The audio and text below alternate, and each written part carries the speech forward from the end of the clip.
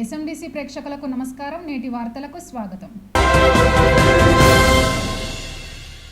మంచిర్యాల జిల్లా కలెక్టర్ సంతోష్ అంబేద్కర్ కు ఘన నివాళి అర్పించారు. ఆదివారం అంబేద్కర్ జయంతి పురస్కరించుకుని ఐబీ చౌరస్తాలోని అంబేద్కర్ విగ్రహంకు పూలమాలలు వేసి అంజలి ఘటించారు. అనంతరం ఆయన మాట్లాడుతూ అంబేద్కర్ రాసిన రాజ్యాంగం ఇంకా అమలవుతోందని కొనియాడారు. ఈ కార్యక్రమంలో జిల్లా పాలనాధికారితో పాటు ఇదే వివిధ శాఖలకు సంబంధించిన అధికారులు పాల్గొన్నారు.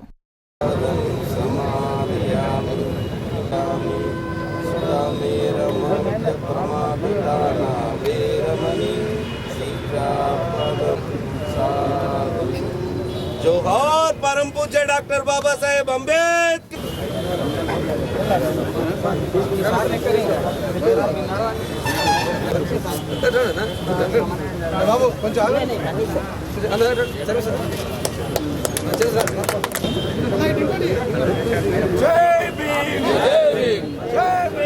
అందరికీ నమస్కారం. ఈరోజు బాబాసాహెబ్ అంబేద్కర్ జయంతి సందర్భంగా మంచిర్యాల జిల్లా ప్రజలందరికీ కూడా బాబాసాహెబ్ అంబేద్కర్ గారి జయంతి శుభాకాంక్షలు.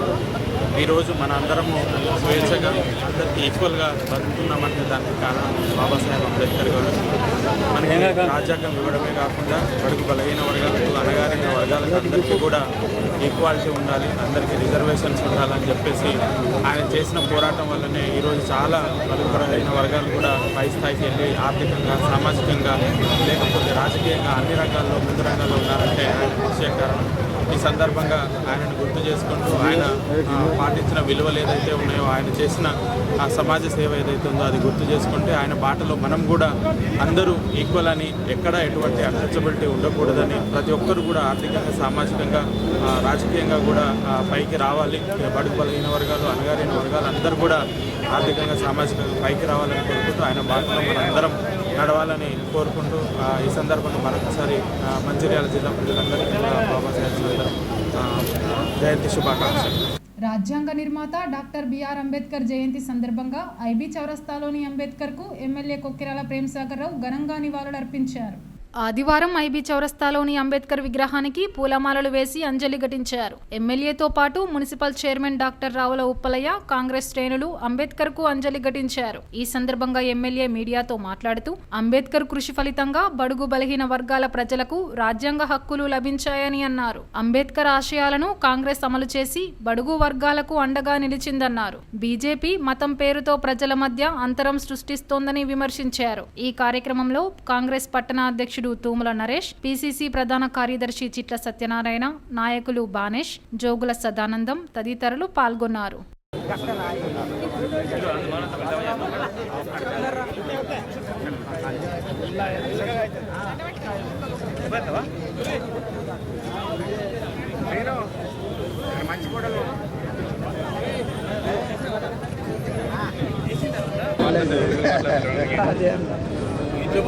అంబేద్కర్ గారు ఈ దేశానికి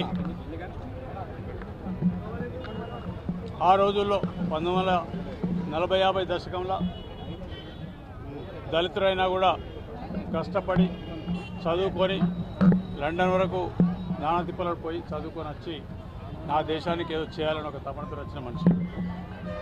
అది రోజు కాంగ్రెస్ పార్టీ ఆయన ఉన్న మేధాశక్తిని గుర్తించి రాజ్యాంగాన్ని, భారత రాజ్యాంగాన్ని తయారు చేసే బాధ్యతను ఆయన భుజస్కంధాలపై పెట్టి ఆయనకు అప్పచెప్పడం జరిగింది. ఆయనే రాసిన రాజ్యాంగం 1949 నవంబర్లో కాన్స్టిట్యూయెంట్ అసెంబ్లీ ఆ రాజ్యాంగాన్ని ఆమోదించిన తర్వాత దాన్ని ఆ రాజ్యాంగం చట్టంగా మారి 1950 నుంచి 26 జనవరి నాడు అప్పుడున్న టెంపరరీ పార్లమెంట్లో ఆమోదించి దేశానికి రాజ్యాంగం పెట్టింది. రాజ్యాంగం వచ్చిన తర్వాతనే ఈ దేశంలో స్వాతంత్రం వచ్చిన 40 ఏళ్ళు వచ్చినా కూడా మొట్టమొదటిసారి ఎన్నికలు రాజ్యాంగం తయారు చేసిన తర్వాత 1952లో రాజ్యాంగం అమలు ద్వారా ఎన్నికలు రావడం జరిగింది. వాళ్ళందరికీ కూడా చట్టసభలో తీసుకుపోతే తప్పితే వాళ్ళ సమస్యలు పరిష్కారం కావాలనే ఉద్దేశంతో ఆ రోజు ఈ రిజర్వేషన్ వ్యవస్థను తీసుకురావడం జరిగింది. దాని ద్వారానే చాలామంది దళితులు కానివ్వండి, గిరిజనులు కానివ్వండి, వాళ్ళందరూ చట్టసభలకు వచ్చి చట్టసభలల్లో వాళ్ళ వాణిని వినిపించే విధంగా ఆ రోజు రిజర్వేషన్ ప్రక్రియ మొదలుపెట్టడం జరిగింది. అప్పటి నుంచి ఇప్పటి వరకు ఎక్కడెవరు మాట్లాడినా కూడా అంబేద్కర్ గారు రాజ్యాంగం గురించే మాట్లాడతారు, అంబేద్కర్ గారి గురించే మాట్లాడతారు. అంబేద్కర్ గారు ఏదైతే కలగనరో దాన్ని తూచా తప్పకుండా అమలు చేసే బాధ్యత తీసుకున్నాం, ఖచ్చితంగా చేస్తామే, అని ఏ రకమైన సందేహం లేదు. అంబేద్కర్ జయంతి సందర్భంగా పెద్దపల్లి పార్లమెంటు బీజేపీ అభ్యర్థి గోమాస శ్రీనివాస్, జిల్లా అధ్యక్షుడు వెరబెల్లి రఘునాథరావు నివాళులర్పించారు. ఆదివారం ఐబీ చౌరస్తాలోని అంబేద్కర్ విగ్రహం వద్దకు పార్టీ శ్రేణులతో కలిసి వచ్చారు. అనంతరం విగ్రహానికి పూలమాలలు వేసి నివాళులర్పించారు. ఈ సందర్భంగా వారు మాట్లాడుతూ అంబేద్కర్ మహానీయుని స్మరించుకోవడం ఆనందంగా ఉందన్నారు.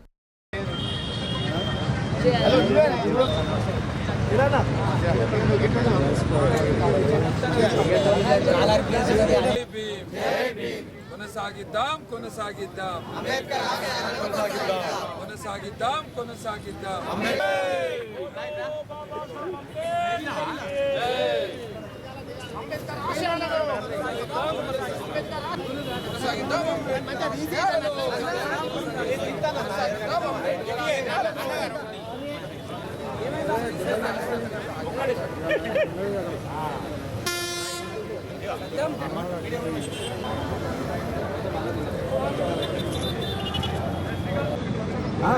मदद करा फिर पार्लियामेंट मध्ये जाणं नव्हतं मी तुमच्या सगळ्या समस्या पूर्ण क्लिअर करणार.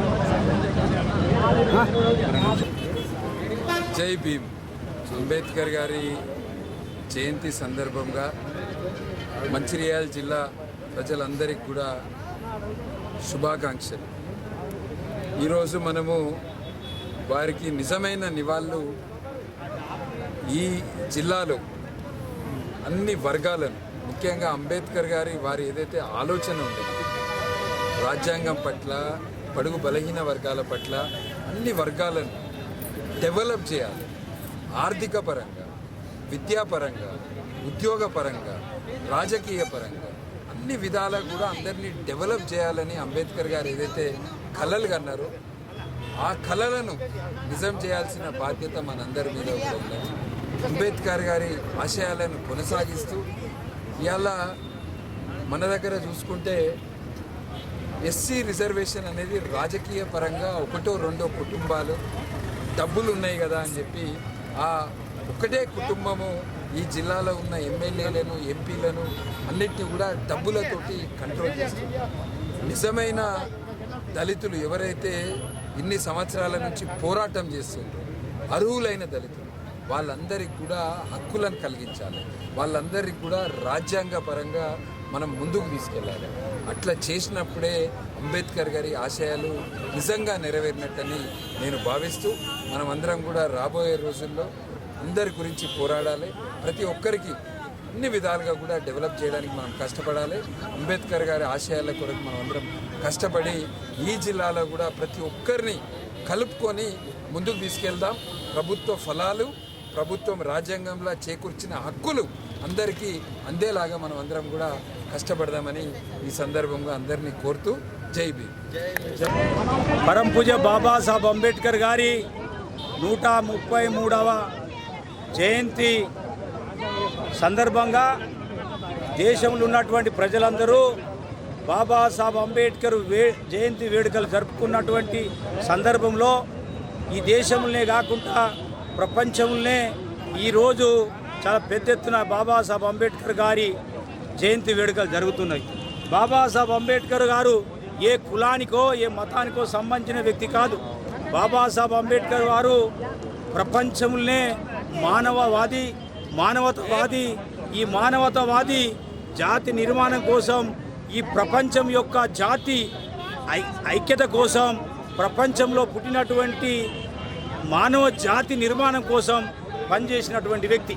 అంతేకాదు భారతదేశంలో చూసినట్టయితే పరం పూజ్య బాబాసాహెబ్ అంబేద్కర్ గారు ఒక రాజ్యాంగాన్ని రక్షించడమే కాకుండా, రాజ్యాంగాన్ని రాయడం కాకుండా ఈ మానవ జాతితో పాటు ఈ ప్రపంచంలో పుట్టిన ప్రతి జీవి పట్ల ఆయనకు ఒక స్పష్టమైన అవగాహన ఉండేది. కాబట్టి భారతదేశంలో జన్మించింది కాబట్టి భారతదేశంలో పూర్తి స్థాయిలో భారత జాతి నిర్మాణం కోసము ఆయన చాలా పెద్ద ఎత్తున సామాజిక ఉద్యమాలు చేసిండు. ఈ జాతి నిర్మాణం కోరుకున్నాడు. ఈ జాతి నిర్మాణం పట్ల ఆయనకు ఒక అంకిత భావం ఉండేది. అంకిత భావంతో పాటు ఈరోజు ఈ దేశానికి కావాల్సినటువంటి రాజకీయ వ్యవస్థలో ఒక చాలా పెద్ద ఒక ఆలోచన చేసి భారతదేశానికి ఒక రాజకీయ వ్యవస్థకు ఒక రాజ్యాంగం కావాలి. ఆ రాజ్యాంగం ఎట్లా ఉంటుందో ఆ రాజ్యాంగం ఉన్న పద్ధతులనే ఈ పార్లమెంటరీ డెమోక్రసీ నడవాలి అనేటువంటి ఆలోచనతోని ఈరోజు భారత రాజ్యాంగాన్ని రచించిన వ్యక్తులలో బాబాసాహెబ్ అంబేద్కర్ గారు ఒక చాలా పెద్ద ఒక మేధావి. కాబట్టి నస్పూర్ మున్సిపాలిటీలో అంబేద్కర్ జయంతి వేడుకలను ఘనంగా నిర్వహించారు. అధికారులు, దళిత సంఘాల నాయకులు, ప్రజాప్రతినిధులు అంబేద్కర్కు నివాళులర్పించారు. భారతరత్న దళితుల ఆశాజ్యోతి డాక్టర్ బిఆర్ అంబేద్కర్ జయంతి వేడుకల సందర్భంగా నస్పూర్ మున్సిపాలిటీలోని సిసిసి కార్నర్ వద్ద మంచిర్యాల ఎమ్మెల్యే కొక్కిరాల ప్రేమ్సాగర్ రావు అంబేద్కర్ విగ్రహానికి పూలమాల వేసి ఘనంగా నివాళులర్పించారు. ఈ సందర్భంగా ఆయన మాట్లాడుతూ అంబేద్కర్ దేశానికి చేసిన సేవలను కొనియాడారు. ఆయన చూపిన మార్గంలో ప్రతి ఒక్కరూ నడుచుకోవాలని కోరారు. కాంగ్రెస్ పార్టీ ఎన్నికల్లో ఇచ్చిన వాగ్దానాలు నెరవేర్చుతుందన్నారు. బడుగు బలహీన వర్గాల అభివృద్ధికి ప్రభుత్వం కృషి చేస్తుందన్నారు. చిన్న రాష్ట్రాలతోనే అభివృద్ధి జరుగుతుందని, అంబేద్కర్ ఆశయాలకు అనుగుణంగా కాంగ్రెస్ పార్టీ తెలంగాణ రాష్ట్రం ఇచ్చిందన్నారు. ఈ కార్యక్రమంలో municipal chairman Surmila Venu, single window director Dharni Madhukar, నాయకులు, కార్యకర్తలు పాల్గొన్నారు. మేధావి డాక్టర్ బిఆర్ అంబేద్కర్ సార్ గారి జయంతి సందర్భంగా ఆయన గురించి తప్పకుండా గుర్తించుకోక తప్పదు. ఆ రోజు స్వాతంత్రం వచ్చిన తర్వాత 1940 ఏళ్ళ ఎన్నికలు పెట్టకముందు ఎన్నికలు ఎట్లా పెట్టాలి, ఏం చేయాలని తెలియకముందు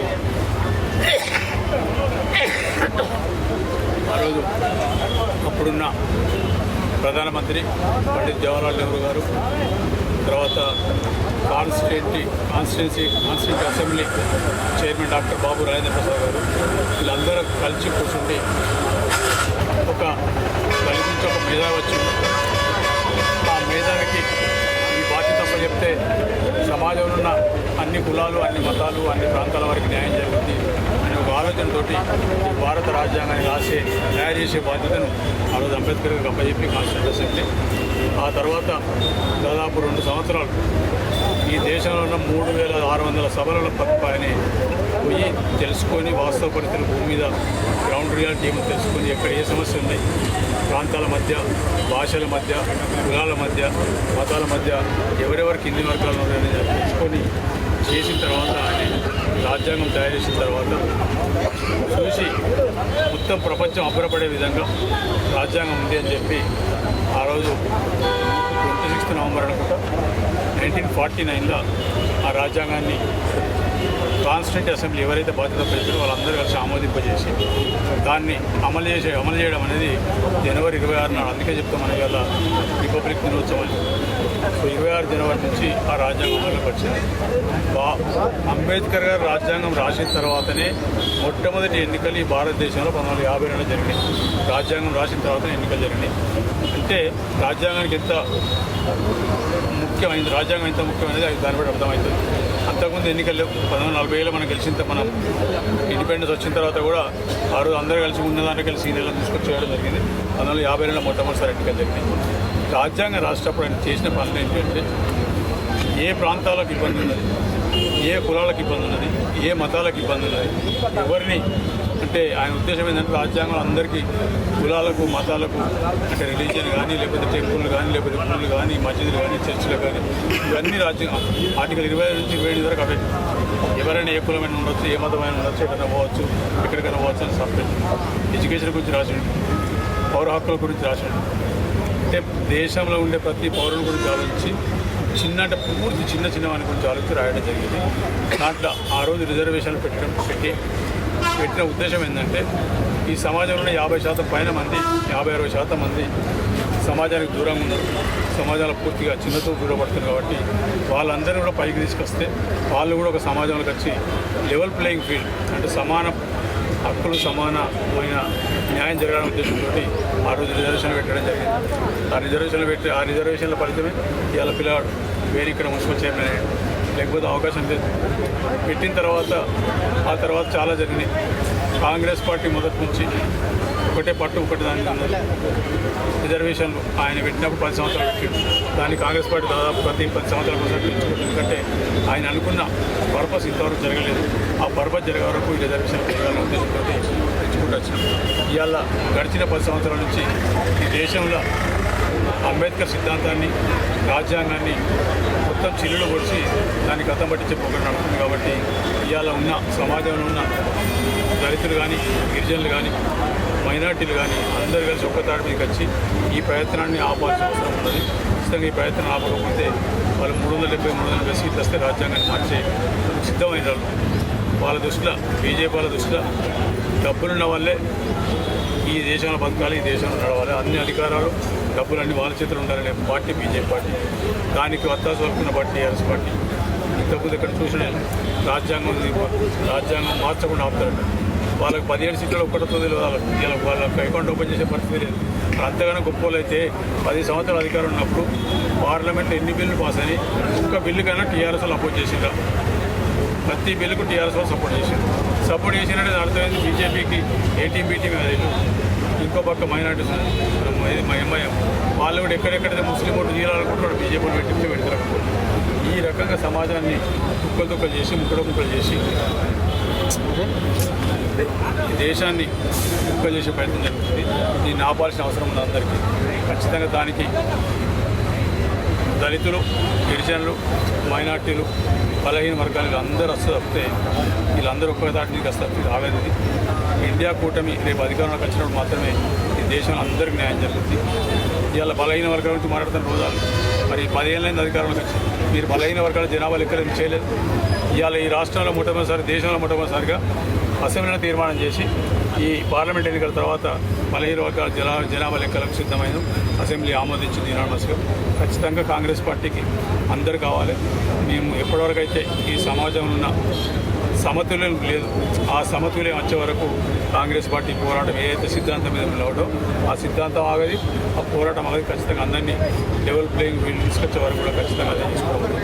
ఇక్కడ మంచిర్యాల యువకులు కూడా ఖచ్చితంగా అది కూడా నా బాధ్యత, ఖచ్చితంగా నేను తీసుకొచ్చేస్తాను. డాక్టర్ బిఆర్ అంబేద్కర్ జయంతిని సిపిఐ నాయకులు ఘనంగా నిర్వహించారు.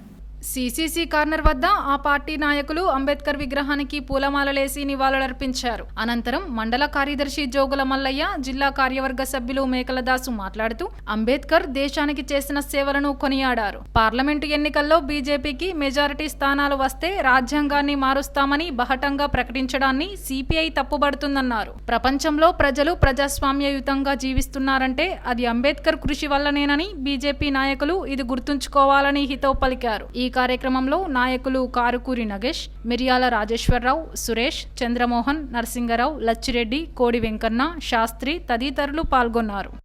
ఉన్నాయి. అదేవిధంగా ఆనాడు కాంగ్రెస్ పాలనలో ప్రైవేటు సంస్థలన్నీ ప్రభుత్వ రంగ స్థలాలు తీసుకొస్తే ఈ మోడీ ప్రభుత్వం 10 సంవత్సరాల నుంచి ప్రభుత్వ రంగ స్థలాలన్నీ ప్రైవేటులకు గుండుగుత్తగా అమ్ముతూ ఉన్నారు. పారిశ్రామికవేత్తలకు వత్తాసు పలుకుతూ ఉన్నారు. అదేవిధంగా అట్నే వాళ్ళు వ్యవహరిస్తే ఈ రాబోయే శాసన పార్లమెంట్ ఎన్నికలలో వాళ్ళను గద్దె దించడానికి ప్రజలంతా సన్నద్ధం కావాలని తెలియపడతా ఉన్నారు. బాబాసాహెబ్ అంబేద్కర్ 133వ జయంతి సందర్భంగా ఈ దేశ ప్రజల్ని మేము కమ్యూనిస్టు పార్టీగా ఒకటే కోరుతా ఉన్నాం. నిన్నగాక మొన్న పార్లమెంటు భవనంలో నరేంద్ర మోడీ మతోన్మాద బీజేపీ ప్రభుత్వం 370 సీట్లు కనుక బీజేపీకి వస్తే రాజ్యాంగాన్ని సమూలంగా మార్పు చేస్తారని చెప్పినటువంటి నరేంద్ర మోడీ బీజేపీ ఆర్ఎస్ఎస్ ప్రభుత్వాన్ని గద్దెదించడం కోసం అంబేద్కర్ వాదులు, దళితులు, అన్ని వర్గాల ప్రజలు కూడా ఈరోజు అంబేద్కర్ రచించినటువంటి రాజ్యాంగం వల్ల మాత్రమే ఈ ప్రపంచంలో అత్యంత ప్రజాస్వామ్య దేశంగా ఈ దేశం వర్ధిల్లుతా ఉంది. స్వేచ్ఛాయుత వాతావరణంలో ఈ దేశం కొనసాగుతున్నటువంటి సందర్భంలో దళితులకు హక్కులు లేకుండా, కార్మిక వర్గానికి హక్కులు లేకుండా చేస్తున్నటువంటి ఈ నరేంద్ర మోడీ ప్రభుత్వానికి వ్యతిరేకంగా పోరాడాల్సిన అవసరం ఉంది.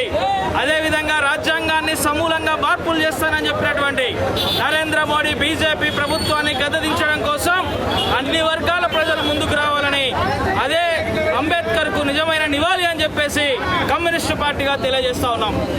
అంబేద్కర్ జయంతిని పురస్కరించుకొని దళిత సంఘాలు ఆయనకు వినమ్రపూర్వక నివాళులర్పించారు. ఐబీ చౌరస్తాలోని అంబేద్కర్ విగ్రహం వద్దకు వివిధ దళిత సంఘాలు చేరుకొని అంబేద్కర్కు నివాళులర్పించారు. ఈ సందర్భంగా దళిత నాయకులు జిల్లపల్లి వెంకటేష్, గొడిసెల దశరథం మాట్లాడుతూ దళితుల ఆశాజ్యోతి అంబేద్కర్ అని కొనియాడారు. ఆయన చూపిన మార్గంలో పయనిస్తామని అన్నారు. ఈ కార్యక్రమంలో దళిత సంఘాల నాయకులు గడ్డం సత్యం, శ్రీపతి చెంచు శంకరవర్మ తదితరులు పాల్గొన్నారు.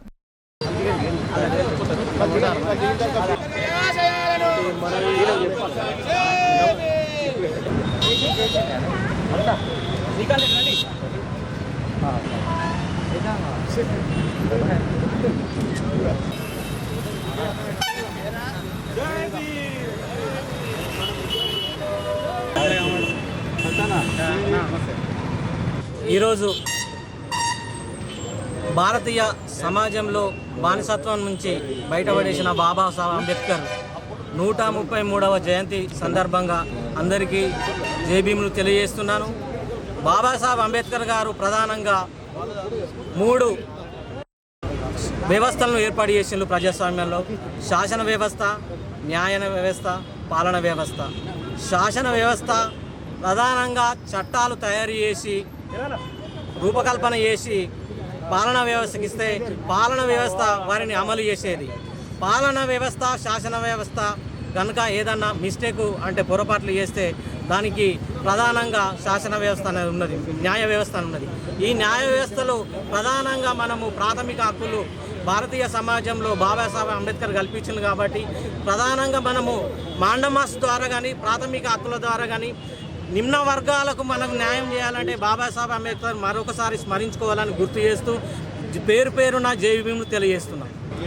ఈరోజు మంచిర్యాల్ అంబేద్కర్ చౌరస్తా వద్ద మరి బాబాసాహెబ్ అంబేద్కర్ 133వ జయంతిని జరుపుకోవడం జరుగుతూ ఉంది. మరి ఈ యొక్క జయంతిని ఇట్లా జరుపుకోవడం కాదు, మరి దీంతో పాటు జగ్జీవన్ రామ్ జయంతి కూడా అన్ని కుల సంఘాలు, అన్ని నాయకులు, అన్ని వర్గాలు కూడా చేయాల్సింది ఉన్నది. అదేవిధంగా కాన్సీరామ్ కూడా మరి కాన్సీరామ్ జయంతి వర్ధంతి కూడా చేయవలసింది ఉన్నది.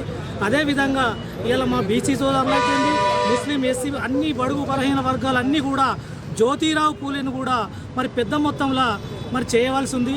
ఎందుకంటే అప్పుడు జ్యోతిరావు పూలే గారు మరి వెనుకబడ్డ తరగతులు దళిత వర్గాలందరినీ కూడా పిలిచి వాళ్ళ వాయిల మంచిలు ఇచ్చి ఆదుకున్న వాళ్ళు గొప్ప మహనీయుడు. మరి వారిని కూడా మనం స్మరించుకోవాలి. అదేవిధంగా ఈ ఏప్రిల్ మాసంలో ఏదైతే ఉందో ఏప్రిల్ మాసంలో మహనీయుల అందరు జయంతిని వర్ధంతులు మనం చేసుకోవాలి. అదేవిధంగా మనం కలిసి కట్టిగా ఎస్సీ, ఎస్టీ, బీసీ, మైనార్టీలు కలిసి కట్టిగా ఉన్నప్పుడు ఖచ్చితంగా రాజ్యాధికారం వైపు మనం పోతాం. అన్ని పార్టీలకు మనము లోబడి ఉన్నంత వరకు ఇంకా 50 సంవత్సరాలైనా గిట్నే ఉంటుంది. జై భీమ్. జాతీయ మాల మహానాడు ఆధ్వర్యంలో డాక్టర్ బిఆర్ అంబేద్కర్ 133వ జయంతి వేడుకలను ఘనంగా నిర్వహించారు. సిసిసి కార్నర్ వద్ద మాల మహానాడు నాయకులు అంబేద్కర్ విగ్రహానికి పూలమాలలేసి నివాళులర్పించారు. ఈ సందర్భంగా జిల్లా ఉపాధ్యక్షులు నర్సింగ్, నియోజకవర్గం అధ్యక్షులు గరిసె రామస్వామి మాట్లాడుతూ రాజ్యాంగంలో పొందుపరిచిన హక్కులు అన్ని వర్గాల ప్రజలకు అందినప్పుడే అంబేద్కర్ ఆశయాలు నెరవేరుతాయని అన్నారు. అంబేద్కర్ రాజ్యాంగాన్ని రచించడంతోనే ఎస్సీ, ఎస్టీ, బీసీ, మైనారిటీ వర్గాల ప్రజలు స్వేచ్ఛగా జీవిస్తున్నారని అన్నారు. ఈ కార్యక్రమంలో నాయకులు కర్ర శ్రీను, తలారి రాజు, గుమ్మడి శ్రీనివాస్, మురళి, రాజేష్, రంజిత్, సాయి, కార్తిక్ తదితరులు పాల్గొన్నారు. అదేవిధంగా డాక్టర్ బిఆర్ అంబేద్కర్ బడుగు బలహీన వర్గాల ఆశాజ్యోతిగా, అదేవిధంగా ఎస్సీ, బీసీ, మైనార్టీ సోదరులకు రాజ్యాంగం ప్రకారంగా ఎన్నో హక్కులు కల్పించడం జరిగింది. అదేవిధంగా మన మాల సంఘం సోదరులందరూ కలిసి ఈరోజు ఘనంగా జరుపుకోవడం జరిగింది. భారత రాజ్యాంగం కారణంగానే మనం ఈరోజు రాజకీయంగా కానీ ఉద్యోగ పరంగా కానీ భవిష్యత్తులో చాలామంది రాజ్యాంగం కోసం రాజ్యాంగ పరంగానే ఉన్నత స్థాయి స్థితులకు వెళ్ళారు. అందరూ చదువుకోవాలని, చదువువాలనే భారత రాజ్యాంగం నేర్చుకోవాలి. అదేవిధంగా ఈరోజు అందరూ కార్యక్రమాన్ని జయప్రదం చేసినందుకు మాల సంఘం ద్వారా కృతజ్ఞత తెలియజేస్తున్నాను. భారత రాజ్యాంగ పితామహుడు డాక్టర్ బిఆర్ అంబేద్కర్ జయంతిని పురస్కరించుకొని పీఆర్టీయూ ఆధ్వర్యంలో అంబేద్కర్ విగ్రహానికి పూలమాల వేసి ఘనంగా నివాళులర్పించారు. ఈ కార్యక్రమంలో తెలంగాణ పీఆర్టీయూ రాష్ట్ర ప్రధాన కార్యదర్శి పార్వతి సత్యనారాయణతో పాటు జిల్లా అధ్యక్ష కార్యదర్శులు ధరణికోట వేణుగోపాల్, సూర్యుని గంగాధర్తో పాటు పలువురు ఉపాధ్యాయులు